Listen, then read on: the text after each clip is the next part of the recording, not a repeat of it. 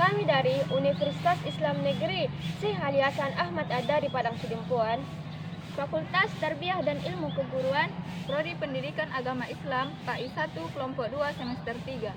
Adapun tujuan video kami di sini untuk memenuhi tugas perkuliahan kami dengan mata kuliah Usul Fikih Dengan Bapak dosen pengampu, Bapak Anwar Habibi, MAHK. Dalam video ini kami akan membahas tentang Al-Quran sebagai sumber dan dalil hukum Islam. Happy with? Ini parah nih. A few moments later. Pose with the fans. Pose with the pose with the pose with the fans. Pose with the pose with the pose with the fans. Okay.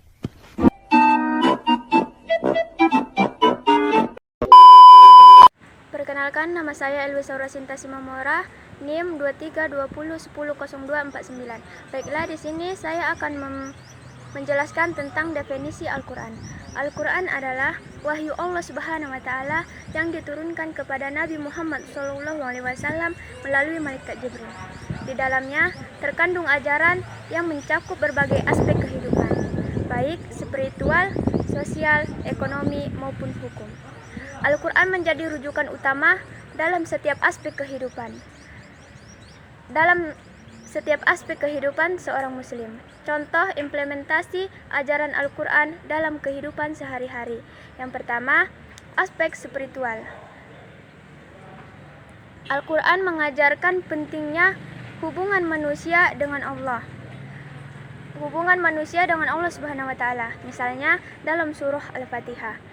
Kita diajarkan untuk memohon petunjuk kepada Allah agar diberikan jalan yang lurus. Ini merupakan landasan utama bagi ibadah dan keimanan kita kepada Sang Pencipta. Yang kedua, aspek sosial. Dalam kehidupan bermasyarakat, Al-Quran menekankan pentingnya menjalin hubungan baik dengan sesama manusia. Sebagai contoh, dalam surah Al-Hujurat ayat 13, Allah Subhanahu wa Ta'ala mengingatkan bahwa manusia diciptakan berbangsa-bangsa dan bersuku-suku agar saling mengenal, bukan untuk saling memusuhi. Nilai-nilai ini sangat relevan dalam menciptakan keharmonisan sosial. Yang ketiga, aspek ekonomi.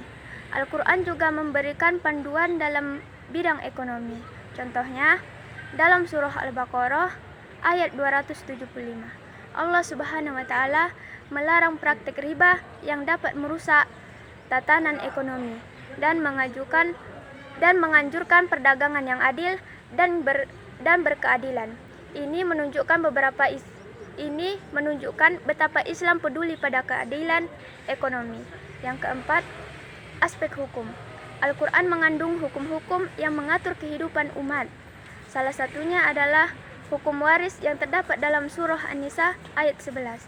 Selain itu, Al-Quran juga mengatur hukum pidana seperti hukum bagi pelaku zina dalam surah An-Nur ayat 2. Kemudian, saya akan menjelaskan tentang sumber dan dalil hukum dalam Islam. Selain Al-Quran, sumber hukum Islam juga mencakup hadis, ijma, dan qiyas. Sumber-sumber ini menjadi rujukan untuk menetapkan hukum dan mengatur kehidupan umat Islam secara komprehensif. Yang pertama, Al-Quran. Al-Quran sebagai sumber utama. Al-Quran mengandung berbagai ketetapan hukum, misalnya dalam surah Al-Maidah ayat 38. Allah Subhanahu wa Ta'ala menetapkan hukum potong tangan bagi pencuri sebagai bentuk keadilan dan perlindungan terhadap hak milik. Yang kedua, hadis. Hadis Nabi SAW juga menjadi dalil penting dalam menetapkan hukum. Contohnya, hadis yang berbunyi, sesungguhnya perbuatan itu tergantung pada niatnya. Hadis riwayat Bukhari dan Muslim. Menunjukkan bahwa niat menjadi kunci utama dalam menilai sebuah amalan. Yang ketiga, ijma. Ijma adalah kesepakatan ulama atas suatu hukum yang tidak dijelaskan secara rinci dalam Al-Quran dan hadis. Contohnya, kewajiban zakat. kewajiban zakat fitrah yang didasarkan pada ijma ulama meskipun rincian detailnya tidak secara eksplisit disebutkan dalam Al-Quran. Yang keempat, kias. Kias adalah metode analogi yang digunakan untuk menetapkan hukum terhadap sesuatu yang tidak disebutkan dalam Al-Quran. Yang tidak disebutkan dalam Al-Quran dan hadis, tetapi memiliki kesamaan dengan hukum yang ada. Contohnya, narkoba diharamkan karena dikiaskan dengan khamar sebagaimana diharamkan dalam surah Al-Maidah ayat 90, karena keduanya memiliki sifat yang merusak. Sebelumnya, perkenalkan nama saya Sri Wahyuni Nasution dengan NIM 2320100251. Dan yang ketiga, di sini saya akan membahas tentang kedudukan Al-Quran sebagai sumber hukum Islam. Al-Quran memiliki kedudukan tertinggi sebagai sumber hukum dalam Islam. Setiap hukum yang diambil dari Al-Quran bersifat mutlak dan wajib dipatuhi oleh umat Islam. Semua aturan Islam, baik tentang ibadah, muamalah, hingga jinayah atau pidana, bersumber dari Al-Quran. Adapun contohnya ialah dalam hal ibadah, Al-Quran menetapkan kewajiban sholat 5 waktu seperti dalam surah Al-Baqarah ayat 43, yang artinya, dan dirikanlah sholat, tunaikanlah zakat, dan rukuklah beserta orang-orang yang rukuk. Dalam bidang muamalah, Al-Quran memberikan aturan perdagangan yang adil, seperti dalam surah Al-Baqarah ayat 282 yang artinya, hai orang-orang yang beriman, apabila kamu bermuamalah tidak secara tunai untuk waktu yang ditentukan, hendaklah kamu menulisnya. Dalam hal jinayah, Al-Quran memberikan hukum mengenai pencurian dalam surah Al-Maidah ayat 38, yang artinya, laki-laki yang mencuri dan perempuan yang mencuri, potonglah tangan keduanya sebagai pembalasan atas apa yang mereka kerjakan. Dan yang keempat, fungsi dan tujuan diturunkannya Al-Quran,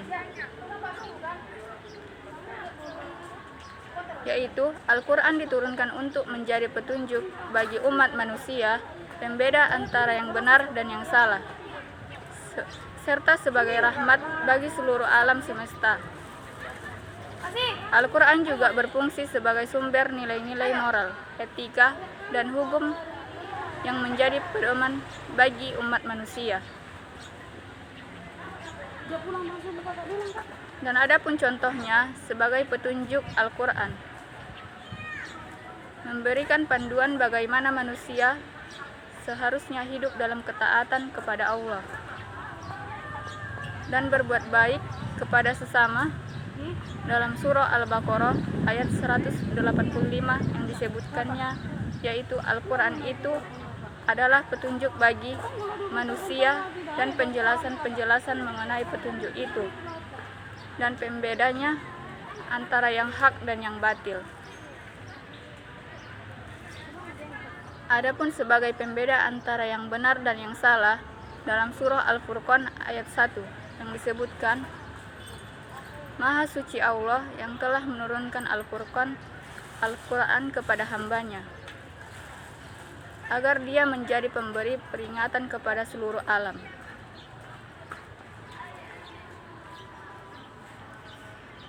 Dan sebagai rahmat, Al-Quran memberikan ketenangan dan kedamaian kepada orang-orang yang beriman dan mengikuti ajarannya, sebagaimana dalam surah Al-Isra ayat 82. Dan kami turunkan dari Al-Quran sesuatu yang menjadi penawaran dan rahmat bagi orang-orang yang beriman. A few inches later. Baiklah, di sini saya akan melanjut materi berikutnya. Sebelumnya, perkenalkan, nama saya Maura Manalu, NIM 2320100235. Dalam Al-Quran terdapat berbagai hukum yang mengatur kehidupan umat Islam, mencangkup berbagai aspek kehidupan. Berikut adalah kategori utama hukum-hukum yang terkandung dalam Al-Quran. 1. Hukum akidah atau keyakinan.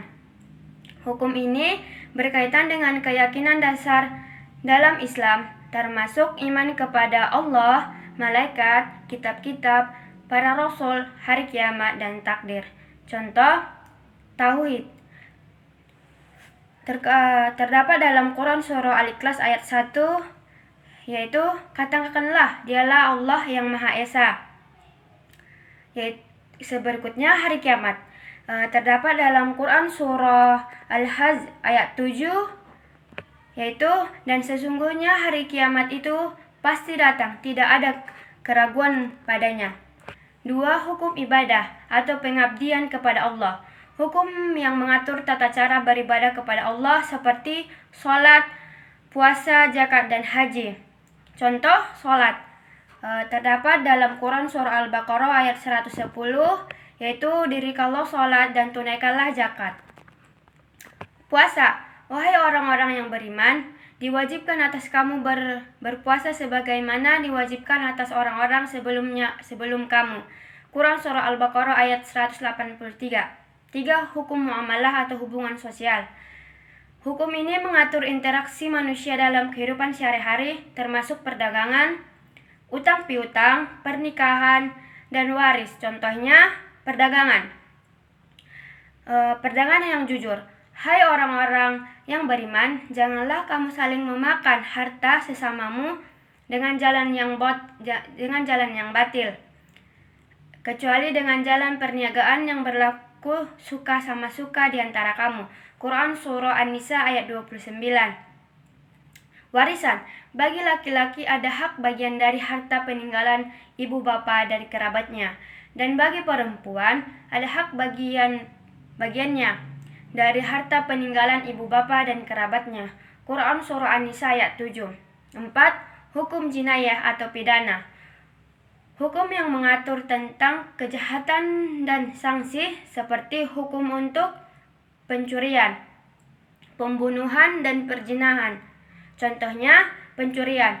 Laki-laki yang mencuri dan perempuan yang mencuri, potonglah tangan keduanya. Quran surah Al-Maidah ayat 38. Qisas, balasan setimpal. Dan dalam qisas itu ada jaminan keberlangsungan hidup bagimu. Hai orang-orang yang berakal, supaya kamu bertakwa. Quran surah Al-Baqarah ayat 179. 5. Hukum keluarga atau ahwal syakhiyah. Hukum ini mencakup pernikahan, talak, nafkah, dan hak-hak keluarga. Contoh, pernikahan. Dan nikahkanlah orang-orang yang sendiri di antara kamu. Quran surah An-Nur ayat 32. Talak atau perceraian. Talak yang dapat dirujuki 2 kali, setelah itu boleh dirujuk lagi dengan cara yang makruh atau menceraikan dengan cara yang baik. Quran surah Al-Baqarah ayat 229. One eternity later. Sekian dari video pembahasan materi kami. Sekian dari video pembahasan materi kami. Semoga bermanfaat. Assalamualaikum.